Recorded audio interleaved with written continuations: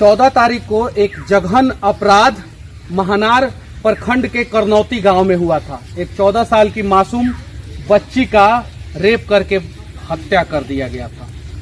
यहाँ पे एक बिहार के फेमस शिक्षक आए हैं और इस बच्ची के लिए आवाज उठाने के लिए आए हैं, और वो इसलिए आए हैं क्योंकि जिस बच्ची का हत्या हुआ है रेप करने के बाद, वो भी बच्ची एक शिक्षक की ही बेटी थी। विपिन सर, सबसे पहले तो आपका सच तक न्यूज में स्वागत है।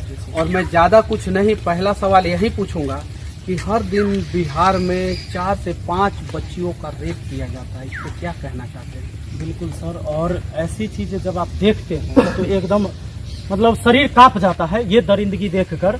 और बहुत मतलब किस तरफ जा रहा है इंसान, मुझे ये नहीं लगता कि उसके अंदर कोई भी दया भावना है कि नहीं, कि एक बच्ची जो तड़प रही होगी उसके सामने। उसका तोड़ दिया गया था दोनों हाथ, मतलब सोच के देखिए कि वो अपने प्राण की भीख मांगती रही होगी और उसको कैसे निर्मम हत्या किया गया, उसके साथ जघन्य अपराध किया गया। मेरे इलाके में इधर, चूंकि मेरा घर इससे 5-7 किलोमीटर के अंदर ही है, मेरे इलाके में ऐसा कोई घटना कभी नहीं हुआ करता था। वो चीजें मेरे गांव तक भी पहुंच गया है आज। ये बहुत ही दुर्भाग्य की बात है हमारे समाज के लिए। सरकार को कदम उठाना चाहिए, ऐसा ठोस कदम कि ऐसी दरिंदगी करने वालों को ऐसा सजा दिलवाए कि कोई दोबारा न सोचे। हम लोग बार बार कैंडल मार्च निकालते हैं, पूरे देश में ये होते रहता है, हर बार आवाज उठती है, कोई ना कोई इस तरह का घटना होता है तो, लेकिन उसका कोई फर्क नहीं पड़ता है। क्योंकि अगर फर्क पड़ता और डर होता किसी एक सजा के बाद, तो कोई दूसरा अगली बार नहीं करता। तो आज मैं ये भी नहीं कहूंगा कि किसी एक पार्टी को। सोशल मीडिया पे बहुत सारे फॉलोअर हैं आपके यूट्यूब चैनल पे भी बहुत सारे फॉलोअर हैं, बच्चे हैं। आप उन बच्चों से क्या संदेश दीजिएगा इस प्रकार के घटना घटने के बाद? इस प्रकार के घटना घटने के बाद देखिए, सबसे बड़ी बात है कि हम सबसे पहले तो हम सतर्क होंगे। खास के अपनी बच्चियों की सुरक्षा के लिए तो बहुत सतर्क होना जरूरी है कि हम अपनी बच्ची को, अभी ऐसा समय आ गया है, मुझे लगता है मनीष जी, ये मुझे लगता था कि पहले होता था कि कोई सड़क बहुत फांका होता था तो अकेले लोग नहीं निकलते थे। डीएसपी साहब कहते हैं कि सुबह 5 बजे बच्ची पढ़ने क्यों गई? बताइए। तो डीएसपी साहब 2 गार्ड दे दे बच्चियों को पढ़ने के लिए। जब डीएसपी साहब को ये लगता है कि सड़क में 5 बजे कोई खतरा है और 6 बजे अगर बच्चे का कोचिंग है, यहाँ से 15 किलोमीटर साइकिल चला के जाती है सर, तो 5 बजे नहीं जाएगी तो कैसे जाएगी? और आपको पता है कि खतरा है सड़क में, तो क्यों नहीं 2 चौकीदार लगा देते हैं आप वहाँ पर? डीएसपी साहब बच्चों को मारने की भी धमकी दे रहे थे और बोल रहे थे कि तुम लोगों का नाक जो है जूता के नोक पे रगड़वाऊंगा और तुम लोगों के घर वालों को, माता पिता को थाना में बुलवा के और उन लोगों को सबक सिखाऊंगा। मैं तो कहता हूं कि यही ताकत अगर आप अपराधियों के खिलाफ चला दीजिएगा, अपनी ताकत लगा दीजिएगा, तो ये किसी को कहने की और हमें आपसे रिक्वेस्ट करने की कोई जरूरत नहीं पड़ता। और अच्छा, आप एक शिक्षक हैं और आप बिहार के फेमस शिक्षक में से एक हैं, और फिर भी आप बिना डरे आवाज उठा रहे हैं बच्ची के लिए। आपको डीएसपी साहब से डर नहीं लग रहा है? मुझे डर है तो सिर्फ ऊपर वाले से। मैं जानता हूं कि मैं अपने अंदर से मैंने कोई गलती नहीं किया है इस आवाज को उठाकर, तो मुझे किसी का डर नहीं। अगर मैं गुनहगार हूं तो मुझे फांसी पर चढ़ा दो। अच्छा, लेकिन अगर करने वाले लोगों को क्या सजा होना चाहिए? देखिए, रेप करने वालों का जो भी सजा है संविधान में सब लिखा हुआ है। हत्या कर देना, रेप कर देना, तो उसको फांसी होना चाहिए। तो फांसी एकदम मिलनी चाहिए। और हम तो यही कहेंगे कि जल्दी से जल्दी उसको पहले गिरफ्तार करवाइए, जब तक पकड़ाएगा नहीं फांसी नहीं होगा। तो गिरफ्तारी की तो बात छोड़ दीजिए, आज 3 दिन हो गया, फॉरेंसिक जांच करने वाली टीम भी अभी तक घटना स्थल पे नहीं आई है और लगातार बारिश हो रहा है। जो भी सबूत मिलने वाला होगा वो तो धुल गया होगा। जी जी जी, मैं इसीलिए कह रहा हूँ कि जितना अगर एग्रेसिव हो रहे हैं डीएसपी साहब की, भाई लोग इस पर आवाज उठा रहे हैं, तो उसको आवाज को दबाने के लिए उतना ही एग्रेसिव हो जाइए उस अपराधी को पकड़ने के लिए, तो पकड़ा जाए और एक को बढ़िया से मतलब ऐसी सजा मिल जाए। जैसे एक निर्भया में देखिए बहुत समय लग गया, तब तक आदमी भूल भी गए थे कि निर्भया कोई चीज है। किसी का बलात्कार हुआ, कोई निर्भया नाम की लड़की का, लोग भूल गए, इतने दिन समय बीत गए थे। मैं चाहता हूं कि उतना समय न बीते। साउथ में एक एनकाउंटर हुआ था, क्या वैसा एनकाउंटर बिहार में भी होना चाहिए? अगर पकड़ाता है और दोषी है तो एकदम एनकाउंटर होना चाहिए। अगर दोषी साबित होता है तो उसको एनकाउंटर।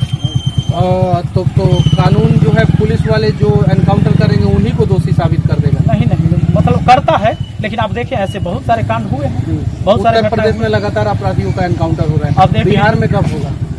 अब ये तो नीतीश जी जानेंगे कि बिहार में कब करवा रहे हैं। उत्तर प्रदेश में कहीं ना कहीं उन अपराधियों का मनोबल तो जरूर नीचे गिरा है कि कभी भी गाड़ी पलट जाएगी, कभी तुम्हारा एनकाउंटर हो जाओगे, पुलिस से तुम बच नहीं पाओगे। बिहार में हत्या करने वाले बलात्कारियों का गाड़ी अभी पलटना संभव नहीं, अभी शुरू नहीं हुआ है और मुझे लगता है कि अभी बहुत देर है, शायद न भी हो। जी। तो नीतीश कुमार जी से इतना बड़ा जघन अपराध हुआ है, उनसे क्या विनती करना चाहते बस हैं? उनसे हम विनती करना चाहेंगे कि यहाँ मैंने कई चीजें देखा था सर, मैं आपसे 1 मिनट कह दूं कि लोग किसी सरकार को मुर्दाबाद जिंदाबाद नारा लगाना शुरू, यहाँ कुछ पॉलिटिशियन आएंगे, मैं गांव के लोगों को यही मतलब जानकारी अपना जो अनुभव देना चाहूंगा। कुछ लोग कोई जाति भी के नाम पे आएंगे, हाँ, कुछ लोग पार्टी के नाम पर आएंगे, कुछ लोग राजनीति रोटी और सेकने के नाम हाँ, पे। एक पार्टी दूसरे पार्टी को ब्लेम करेगा। हमें उसके झांसे में नहीं आना है, हमें अपनी बेटियों के लिए, अपनी बहन के लिए बस इंसाफ चाहिए। और सरकार से तो हम हाथ जोड़कर निवेदन करेंगे कि आपकी बेटी है, आपकी छवि धूमिल हो रही है इस देश में। अगर किसी बेटी का बलात्कार होता है और हत्याएं होती है तो ये आपकी छवि धूमिल हो रही है। और नौजवानों की नजर में नीतीश कुमार जी, आपका जो पहचान था, जो हम लोग आदर्श मानते थे कि भाई कम से कम आप पहले कहते कि जंगल राज है, तो जंगल राज खत्म हो रहा है, इनके शासन में युवा आगे बढ़ेगा, नई सोच होगी, तो वो अब हम लोग को देख रहे हैं कि वो चीजें हमें नहीं। नीतीश कुमार जी साइकिल देते हैं बच्चियों को स्कूल जाने के लिए, कोचिंग जाने के लिए, और अपराधी रास्ते में जो है बच्चियों को पकड़ के हत्या कर देते हैं, रेप कर देते हैं। और डीएसपी आके कहते हैं कि भाई 5 बजे काहे जा रही थी क्यों जा रही? तो यानी नीतीश कुमार जी दोषी हैं जो साइकिल दिए हैं बच्चियों को? ये सवाल तो डीएसपी साहब को नीतीश कुमार से करना चाहिए कि आप काहे साइकिल दिए हैं सवेरे जाकर बच्चियों को आगे पढ़ने के लिए, आगे बढ़ने के लिए। और डीएसपी साहब नीतीश कुमार से एक बार सवाल कर ले। डीएसपी साहब ये भी कहते हैं कि मैं सम्राट चौधरी का रिश्तेदार हूँ और मैं तुम लोगों के साथ कुछ भी कर सकता हूँ, ऐसा यहाँ के स्थानीय लोग बता रहे हैं। तो एक मंत्री का रिश्तेदार होने के नाते लोगों को धमकी देना उचित है? सबसे बड़ी बात है कि आपने देखा होगा भस्मासुर को भी ना, जब ताकत मिला था ना, उसने भगवान से केवल ताकत मांगा था। वो चाहा था कि मुझे ऐसा वरदान दीजिए कि किसी के सर पर हाथ रख तो भस्म हो जाए, लेकिन उसने सद्बुद्धि नहीं मांगी। सद्बुद्धि सबसे ज्यादा जरूरी है और हम चाहते हैं कि भगवान सबके अंदर सद्बुद्धि दे ताकि अपने ताकत का इस्तेमाल वो सही जगह कर सके, वरना वो ताकत बेकार चला जाता, वो अहंकार है, वह भस्म हो जाइएगा उसी ताकत की वजह से। हर चीज होने के बावजूद, वादे, घोषणा, महिला सुरक्षा, नारी सुरक्षा, बेटी बचाओ बेटी पढ़ाओ होने के बावजूद भी हर 16 मिनट में भारत में एक बलात्कार जो ऑफिशियली डेटा सरकार का है, वो जमीनी हकीकत उससे 2 गुना 3 गुना है। और बिहार में हर 4 से 6 घंटे में एक बलात्कार होता है बच्चियों का। इस पे क्या कहना चाहते हैं? देखिए, इसमें कुछ ऐसे मानसिकता के लोग हैं, पहले भी ज्यादा होता था, पहले भी बलात्कार सब दिन हुआ, आज भी हुआ, लेकिन हमें इसको रोकना होगा। इसमें सबसे बड़ी बात है, कुछ मानसिकता के ऐसे लोग होते हैं जिनके दिमाग में हमेशा ऐसे चलते रहता है कि कोई भी लड़की हमें अकेले कहीं पकड़ा जाए, मिल जाए। दूसरी चीज है कि सरकार इस पर अगर कड़ा एक्शन नहीं लेती है तो ऐसे लोगों का मनोबल हमेशा बढ़ता है और वो बढ़ते रहेगा और ये अपराध होते रहेगा। अच्छा, एक सवाल और मैं पूछना चाहता हूँ। आज इस देश के यशस्वी प्रधानमंत्री श्री नरेंद्र मोदी जी का जन्मदिन है। आज बहुत सारे लोग उनका जन्मदिन मना रहे हैं, लेकिन आज भी 16 मिनट पे बच्चियों का बलात्कार होगा और बिहार में 4 से 5 बच्चियों का बलात्कार होगा।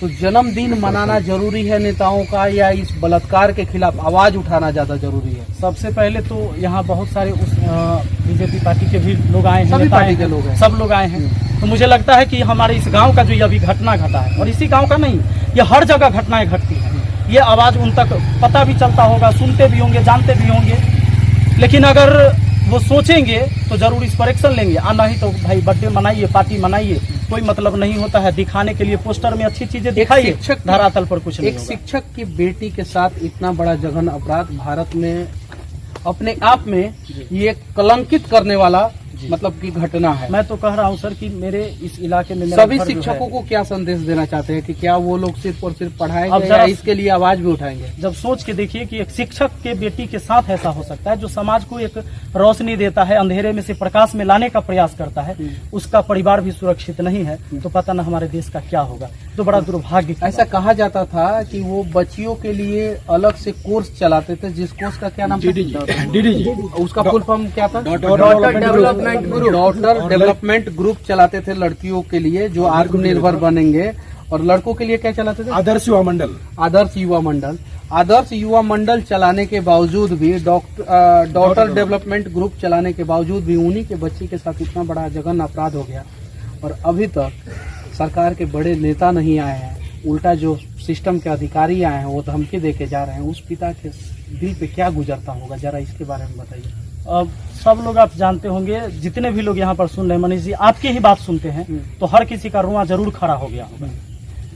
अब तो कोई शब्द नहीं कि हम इसके बारे में क्या कहें। जो हम महसूस कर रहे हैं, जो आप महसूस कर रहे हैं, चाहे यहाँ जो भी लोग आते हैं या किसी ने सुना भी, तो क्या महसूस कर रहा है तो उसके अंदर ही बीत रहा है। तो दुर्भाग्य अगर सरकार इस पर कुछ एक्शन नहीं लेती है और जल्दी से इस बेटी को न्याय नहीं मिलता है तो सच में कानून से, प्रशासन से सबसे भरोसा उठ जाएगा। अभी आपको कानून से और प्रशासन से भरोसा नहीं उठा है? उम्मीद कर सकते हैं, अभी भी हम उम्मीद तो उन्हीं से करेंगे। हम अपराधी को पकड़ के नहीं लाएंगे, ये हमारा पावर नहीं है, लेकिन हम एक उम्मीद कर सकते हैं कि प्रशासन आए, हम रिक्वेस्ट करेंगे। अगर ऐसा नहीं होता है तब हम लोग दूसरा तरीका अपनाएंगे। हम तो इतना सारा खामी होने के बावजूद भी अभी भी एक शिक्षक बोल रहे हैं कि प्रशासन से हमें उम्मीद करना चाहिए। अभी प्रशासन के ऊपर से इन लोगों का उम्मीद नहीं उठा है। तो कृपया करके डीएसपी साहब से विनती है कि अंग्रेजी हुकूमत चलाने का प्रयास न करें और मंत्री जी का धौंस दिखाने का प्रयास न करें, क्योंकि देश 1947 में आजाद हो गया था। हालांकि कुछ लोगों को आप लोग गुलाम बना के रखे हैं, लेकिन कुछ लोग आजाद हैं जो आप लोगों के हर एक गलतियों के खिलाफ जो है आजादी के साथ आवाज उठाएंगे।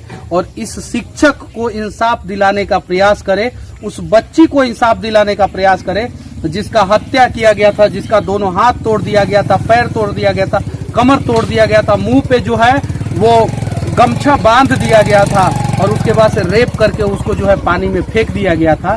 तो इस प्रकार का घटना फिर बिहार में दोबारा कहीं ना घटे, इसके लिए भी प्रशासन को अपराधी को जल्द से जल्द पकड़ के और कड़ा से कड़ा सजा देना चाहिए और कोर्ट को स्पीड ट्रायल के अंतर्गत जो है 6 महीना के अंदर अंदर जो है अपराधियों को फांसी पे लटका देना चाहिए। हम यही विनती करते हैं और बिहार के सभी शिक्षकों से कहते हैं कि एक शिक्षक की बेटी के साथ इस प्रकार का जघन्य अपराध हुआ है। आप सभी लोग आगे आए, जैसे विपिन सर आगे आए हैं और उस बच्ची के लिए आवाज उठा रहे हैं, आप लोग भी आगे आके उस बच्ची को इंसाफ दिलाने का प्रयास करें। बाकी अपराधियों को जब तक नहीं पकड़ा जाएगा तब तक सच तक न्यूज ही नहीं, बिहार के सभी न्यूज चैनल लगातार निष्पक्ष तरीके से पूरी ईमानदारी के साथ आवाज उठाते रहेंगे, क्योंकि इंसाफ दिलाना जरूरी है।